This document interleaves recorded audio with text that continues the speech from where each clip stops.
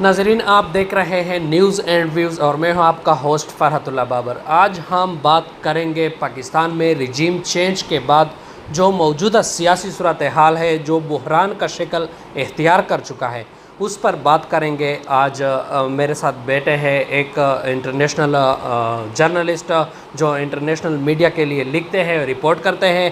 ان کا بھی ایک نظر ہے یہاں کے سیاسی صورتحال پر۔ ان سے آج بات کریں گے جو رجیم چینج ہوا ان کے بعد کے سیاسی صورتحال کے حوالے سے۔ عمر وزیر صاحب نام ہے۔ عمر وزیر صاحب، آپ یہ بتائیے کہ پاکستان میں جو رجیم چینج ہوا ان سے پہلے جو عوام کے تکے ہوئے تھے، حکومت سے گلے شکوے کر رہے تھے، ان کے بعد کی صورتحال کے بارے میں اگر دیکھا جائے تو وہی صورتحال برقرار ہے۔ ان کے حوالے سے آپ کا کیا کہنا ہے؟ اور یہ رجیم چینج جو اس وقت کیا گیا، تقریباً 13 ماہ حکومت کے رہ چکے تھے، آیا یہ صحیح تھا اس وقت؟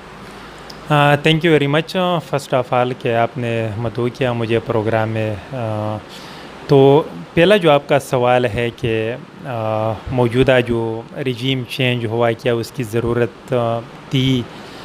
ایک تو یہ ہے کہ 3.5 سال کچھ عرصہ، اس سے کچھ زیادہ یا کم و بیش جو حکومت رہی پی ٹی آئی حکومت، تو ایک امید کے ساتھ عوام نے ان کو support the A to Z کہ نیا پاکستان بنائیں گے۔ لیکن اس میں بھی کوئی شک نہیں ہے کہ عوام کے جو امیدیں تھی وہ پوری نہیں ہوئی۔ البتہ وہ الگ وہ ایک سیشن ہے، کوئی اسے اتفاق کرتا ہے یا نہیں، کہ اگر کوئی ان کے سپورٹرز ہے تو وہ جو بھی کہے تو ان کو منوان قبول کرتے ہیں۔ لیکن جو در حقیقت ہے وہ یہ ہے کہ جو وعدے ہوئے ہیں، جو اس عوام کے ساتھ جو وعدے کیے گئے تھے، وہ تقریباً پورے تو نہیں ہوئے۔ جو اس ملک کو بحرانوں سے نکالنا تھا وہ بھی نہیں ہوا۔ ہم دیکھتے ہیں کہ جو قرضہ تھا پچھلی حکومت جب یہ چھوڑ کے گئے تھے تو تقریباً 20-22 ہزار ارب ڈالر کا قرضہ تھا، تو اب وہ یہ پچھلی حکومت جو گئی، جو رجیم چینج ہوئی، تو تقریباً 50 یا 51-52 ہزار ارب پہ یہ قرضہ پہنچا تھا۔ تو اس کے علاوہ جو اور بھی بہت سارے وعدے کیے گئے، 50 لاکھ گھر، کروڑ نوکریاں وغیرہ، تو یہ ہوتا رہتا ہے۔ مشکلات یہ ہے، اور بار بار خود پی ٹی آئی حکومت نے تسلیم کی، عمران خان نے بھی بار بار تسلیم کیا کہ ٹیم جو تھا وہ ان کو صحیح معنوں میں وہ ٹیم نہیں مل سکا جو ہونا چاہیے تھا۔ تو اب یہاں پہ رجیم چینج کی جو جہاں پہ بات ہے، تو ایک آئینی اور جمہوری طریقے سے بالکل سب کچھ ہوا، اور یہ مختلف ممالک میں ہوتا رہتا ہے۔ یہ نہیں ہے کہ صرف یہ پاکستان میں ہوا، بہت سارے ممالک میں یہ ہر دور حکومت میں ہوتا ہے۔ پاکستان میں ایک دفعہ پہلے جو ہوا ہے بے نظیر بھٹو کے خلاف جو عدم اعتماد لایا گیا، لیکن وہ پھر کامیاب نہ ہو سکا۔ ان کے خلاف جو عدم اعتماد لایا گیا تو جمہوری طریقے سے ان کے ممبران 172 انہوں نے خود پوری کیا اور وہ ان کی حکومت چلی گئی۔ اب یہاں پہ صورتحال جو اب بنی تحریک عدم اعتماد کے بعد، ہونا تو یہ چاہیے تھا کہ 3.5 سال لگ بھگ انہوں نے حکومت کی، اب نئی حکومت آئی عدم اعتماد لے کے، 14-15 مہینے کا گیپ ہے، اور بظاہر جو معاشی صورتحال ہے وہ بدترین ہے۔ اس 14 مہینے میں آپ کو کوئی قرضہ بھی نہیں مل رہا IMF کی طرف سے وغیرہ، کیونکہ ابھی تک کچھ سچویشن ہم دیکھ رہے کلیئر نہیں ہے۔ کوئی الیکشن کی بات ہو رہے ہے، کوئی بھی یہ وہ ایک جو قومی اسمبلی کی جو وہ ہے وہ بھی ختم ہو جائے گی۔ پنجاب کا جب آپ نے صورتحال دیکھا، نیا CM بنا، اس کے 25 جو منحرف ارکان ہیں ان کے خلاف وہ سب ڈیسیٹ ہو گئے، تو وہاں پہ مکمل غیر یقینی صورتحال ہے، غیر سیاسی صورتحال، تو بالکل مطلب ایک خلا پیدا ہو چکی ہے۔ تو اس صورتحال میں موجودہ حکومت کو بہت زیادہ چیلنجز کا سامنا ہے۔ ہونا تو یہ چاہیے تھا کہ اس میں مداخلت نہ ہو، یہ اپنی مدت پوری کرتے۔ اگر موجودہ حکومت IMF سے قرضے وغیرہ لے رہے ہیں تو وہ ایک زہر کا گھونٹ پی رہے ہیں، کیونکہ بہت قلیل عرصے میں انتخابات ہونے والے ہیں، پیٹرول مہنگا ہوگا، IMF کی تو شرائط ہوں گے، بجلی مہنگی ہوگی، تو یہ سب کچھ اگر وہ ایکسیپٹ کر رہے ہیں تو صرف اس لیے کہ اس ملک کے لیے کر رہے ہیں، تو ان کو پھر سپورٹ ہونا چاہیے۔ دیکھتے 14 مہینے میں وہ کچھ کرتے یا نہیں کرتے، اگر نہیں کرتے تو عوام ان کا انتصاب کریں گے آنے والے الیکشنز میں۔ اب ہم دیکھتے ہیں کہ یہاں پہ عدالتوں کی طرف سے بھی مسلسل اقدامات ہو رہے ہیں۔ ملک کا چیف ایگزیکٹو وزیر اعظم ہوتا ہے، وزیر اعظم اگر کوئی تبادلے کرتے ہیں افسران وغیرہ کے، تو اس پہ سموٹو ایکشن میرے خیال میں یہ کبھی نہیں ہونا چاہیے. سموٹو ایکشن ہر حکومت جو آتی ہے وہ اپنے لیے وہ تعینات کرتے ہیں نئے نئے. عمران خان کی حکومت میں ہم دیکھیں کتنے سارے افسران انہوں نے خود اپنی مرضی کے لگائے تھے، اور چیف ایگزیکٹو ہمیشہ ایسے ہی کرتا ہے. ایک ڈی سی جو ایک ضلع میں آتا ہے وہ بھی اپنے نئے جب ڈی سی تبادلہ ہوتا ہے تو وہ نئے تبادلے وغیرہ کرتے ہیں. نہیں عمر صاحب، یہاں پر ایک سوال ہے. آپ نے کہا کہ موجودہ حکومت کے لیے بہت مشکلات ہیں، تو آیا اپوزیشن نے بہت جلدی نہیں کی حکومت لینے میں؟ ایسے حالات میں حکومت لینا کیا یہ دانشمندانہ فیصلہ تھا کہ تقریباً 17 مہینے رہ چکے ہیں لیکن مہنگائی کا طوفان یہاں پر برپا ہو چکا ہے پہلے سے، اور وہ جانتے تھے کہ ہم اس پر کنٹرول نہیں کر سکتے یا ریورس نہیں کر سکتے، اس کے باوجود انہوں نے عدم اعتماد لایا. تو یہ اس فیصلے کو آپ کس طرح دیکھتے ہیں؟ میرے خیال میں اس میں دو بنیادی وجوہات ہیں اس کے. ایک تو یہ ہے کہ ایک تناظر میں اگر دیکھا جائے تو بندہ یہ کہہ سکتے ہیں کہ دانشمندانہ فیصلہ نہیں تھا. اگر عمران خان کی حکومت رہتی، یہ 14 مہینے 15 مہینے اور بھی مہنگائی بڑھ جاتی تو خود ان کا فیصلہ ہوتا، عوام ان کا احتساب کرتے الیکشنز میں. لیکن دوسری طرف اپوزیشن کو بھی ایک چیلنج کا سامنا تھا. جو ریفارمز ہوئے تھے آنے والے الیکشنز، وہ اپنی مرضی کے جو RTS سسٹم وغیرہ ان پہ ان کی نظر تھی کہ ان میں کچھ ترامیم کر کے ہم نئے الیکشنز میں جائیں. تو اس کے لیے انہوں نے یہ سب کچھ ایز اے چیلنج ایکسیپٹ کیا. تو بظاہر ان کو بہت زیادہ مشکلات ہے. ہم دانشمندانہ فیصلہ اس صورت میں تو ہم نہیں کہہ سکے اگر یہ صرف 14 مہینے کا حکومت لیتے اور بس یوں جا کے اس کو پورے کرے اور بھی مہنگائی کا طوفان برپا کے کڑا کرے اور آپ الیکشنز میں جائے، تو اس صورت میں تو بالکل کہ دانشمندانہ فیصلہ نہیں ہے. لیکن جیسے میں نے پہلے بھی کہا کہ یہ اگر یہ زہر کا گھونٹ پی رہے ہیں، IMF سے قرضے لائیں گے نہیں تو ملک دیوالیہ ہوگا، تو یہ سب اس لیے کر رہے ہیں کہ کچھ اپنے مستقبل کے لیے بھی کچھ جو ترامیم ہے بنیادی وہ کرا کے نئے الیکشنز میں جائے. اب نئے الیکشنز کی جو جہاں تک بات ہو رہی ہے تو الیکشنز کمیشن نے کلیئر کٹ کہا ہے کہ اکتوبر تک تو حلقہ بند یا کر رہا ہے، پاسبل ہی نہیں ہے. تو اگر اکتوبر تک الیکشن کمیشن خود تیار نہیں ہے تو یہ 14 مہینے اب جو نیا اپوزیشن ہے، مطلب عمران خان کی حکومت ہے، ان کو بھی چاہیے. یہ اب سب جلسوں اور جلوسوں میں گئے ہیں، تو اب یہاں پہ پالیسی پہ کوئی نظر نہیں ہے. ملک کی معیشت کے لیے نہ حکومت کے ساتھ کوئی وقت ہے کیونکہ انہوں نے بھی مقابلہ کرنا ہے.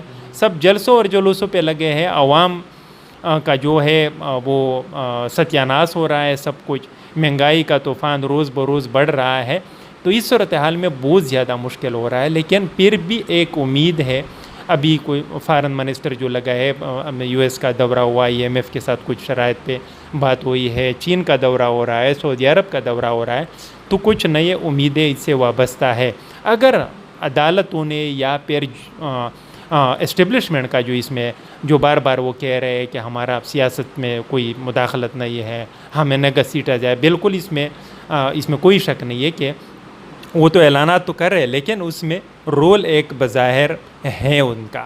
وہ اس لحاظ سے کہ کچھ دن پہلے آپ نے دیکھا ہوگا کہ پچھلے جو وزیر خزانہ تھا PTI کا حفیظ شیخ صاحب، وہ کراچی ایئرپورٹ پہ آئے تو شیخ رشید صاحب نے بھی بیان دائر کیا، انہوں نے ٹوک دی کہ بس نگران وزیر اعظم کا بس انٹرویوز ہو رہے ہیں. حالانکہ وہ ایسا کچھ نہیں تھا، وہ IMF کے کچھ شرائط تھے وہ اسٹیبلشمنٹ کے ساتھ انہوں نے ڈسکس کرنے تھے. تو اب اگر دیکھا جائے تو کیا یہاں پہ فارن منسٹر نہیں ہے، یہاں پہ ایک منتخبہ حکومت نہیں ہے، کیا پارلیمنٹ نہیں ہے، تو وہ ڈسکس کرے. ان کو پھر اسٹیبلشمنٹ کو تو میرے خیال میں ضرورت نہیں ہے. اگر وہ نیوٹرل ہے تو پھر یہ چھوڑے ان پہ کہ وہ کس طرح ہی پالیسی بناتے ہیں.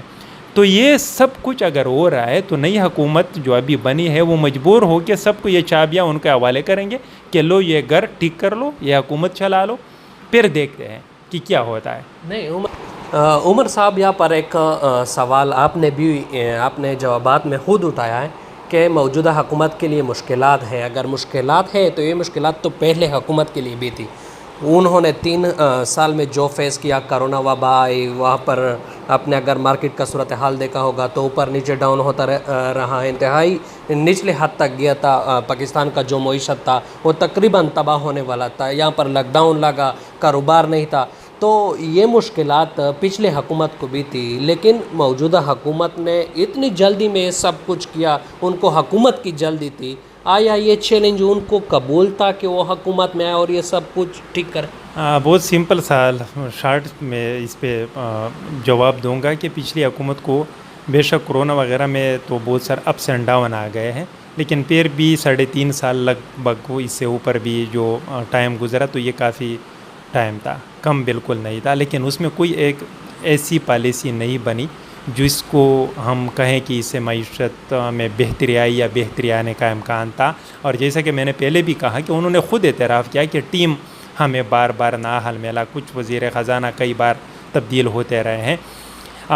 کرپشن کے حوالے سے انہوں کا جو نعرہ تھا تو کرپشن بہت سارے کیسز خود ان کے حکومت میں آئے، ان کے وزیر اور مشیروں پہ، تو ان کا ابھی تک کوئی احتساب وغیرہ نہیں ہوا۔ جو پچھلے حکومت میں کرپشن کا کوئی سا ایک بھی سب ایک سے لے کر مطلب A to Z تک انہوں نے جیلوں میں ڈال دیے، لیکن کسی پہ وہ مطلب ثابت تو نہیں ہوا۔